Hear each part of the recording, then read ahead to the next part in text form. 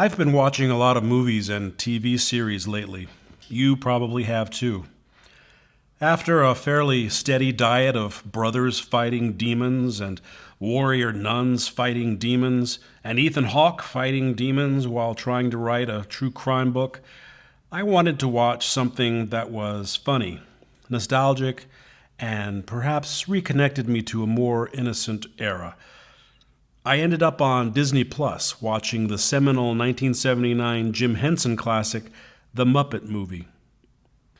I hadn't noticed when I saw it for the first time 41 years ago that it is a movie simultaneously entertaining and saturated with rich theological meaning.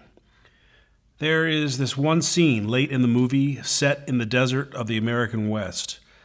It comes at a moment when all hope seems lost, when our heroes are worn down from their efforts to escape the nefarious Doc Hopper who's been trying to get Kermit to abandon his dreams and take a self-hating job as the face of a chain of restaurants selling frog legs. The Muppets are all camped out in the desert on a dark night around a small campfire under a bright moon when Gonzo, Gonzo, the weirdest of all the Muppets. What is Gonzo anyway? In the movie, Kermit, in his inner monologue, says Gonzo is a thing. He's a little like a turkey, but not much. Anyway, Gonzo the whatever begins to sing. This looks familiar, vaguely familiar, almost unreal yet. It's too soon to feel yet. Close to my soul and yet so far away, I'm going to go back there someday. Sun rises, night falls, sometimes the sky calls. Is that a song there, and do I belong there? I've never been there, but I know the way. I'm going to go back there someday. This is a song of amazing depth, hiding out in a Muppet movie of all places.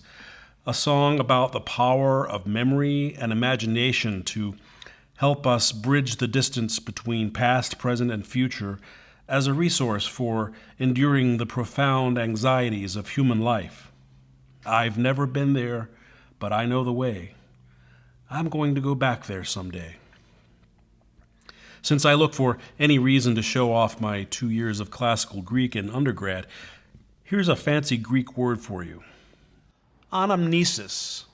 Anamnesis means something like reminiscence.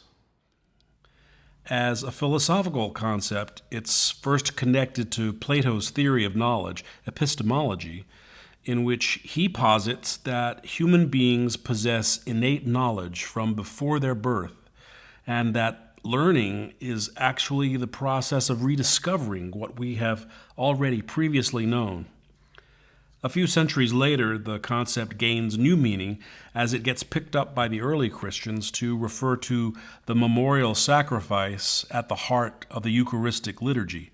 The words we hear in both Corinthians from Paul and Luke's gospel account of the Last Supper when Jesus takes the loaf of bread, breaks it, and distributes it to the community that has gathered around him, worn down and anxious about the dual powers of the Roman Empire and the temple establishment that have been chasing them, after Jesus has predicted his death on multiple occasions and hope seems thin.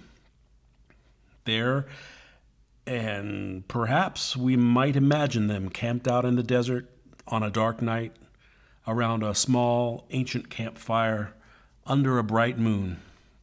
Jesus says, "This is my body, which is given for you. Do this in remembrance of me."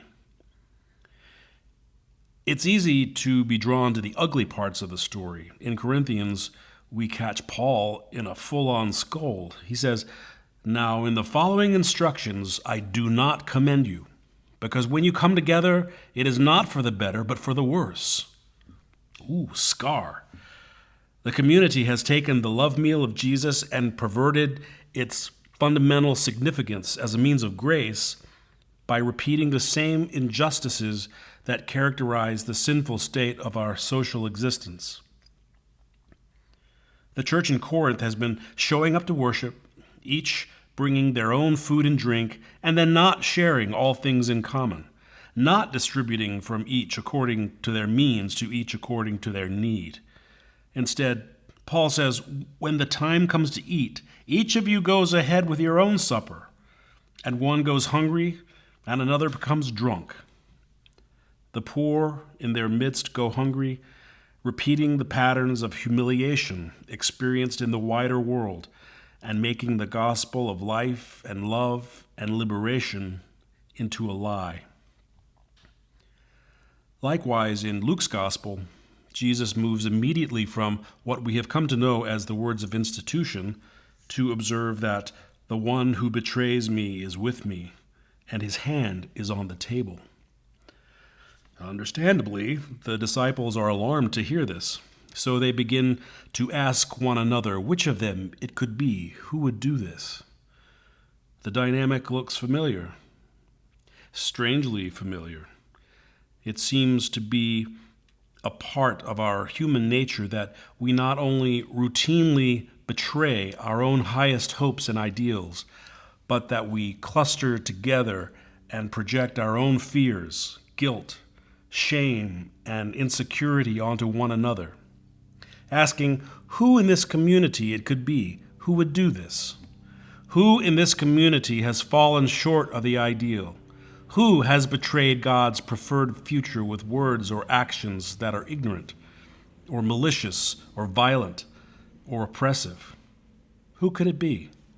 Not me. Let's keep looking elsewhere. This is what we are compulsively drawn to: the obsessive memory of all that has hurt us, and the repression of and forgetfulness about all that we have done to hurt others. But this is not what Jesus asks us to remember.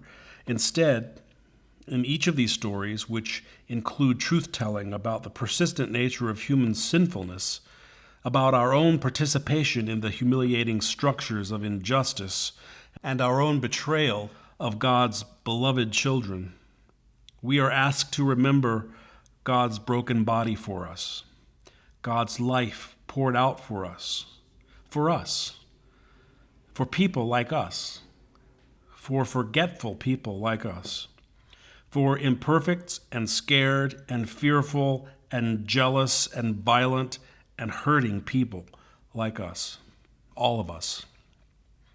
Jesus could have said, "Remember, you can't trust anyone," but he didn't. Instead, he said this: "My body for you, my life, a covenant, a promise with you and with all people." That is the world that I long to live in, a place I keep finding and forgetting.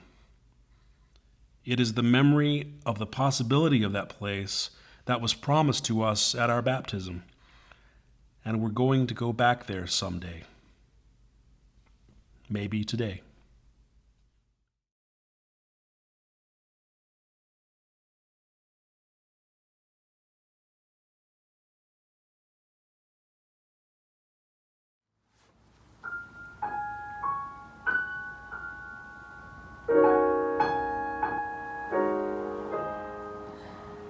This looks familiar, vaguely familiar, almost unreal yet. It's too soon to feel yet. Close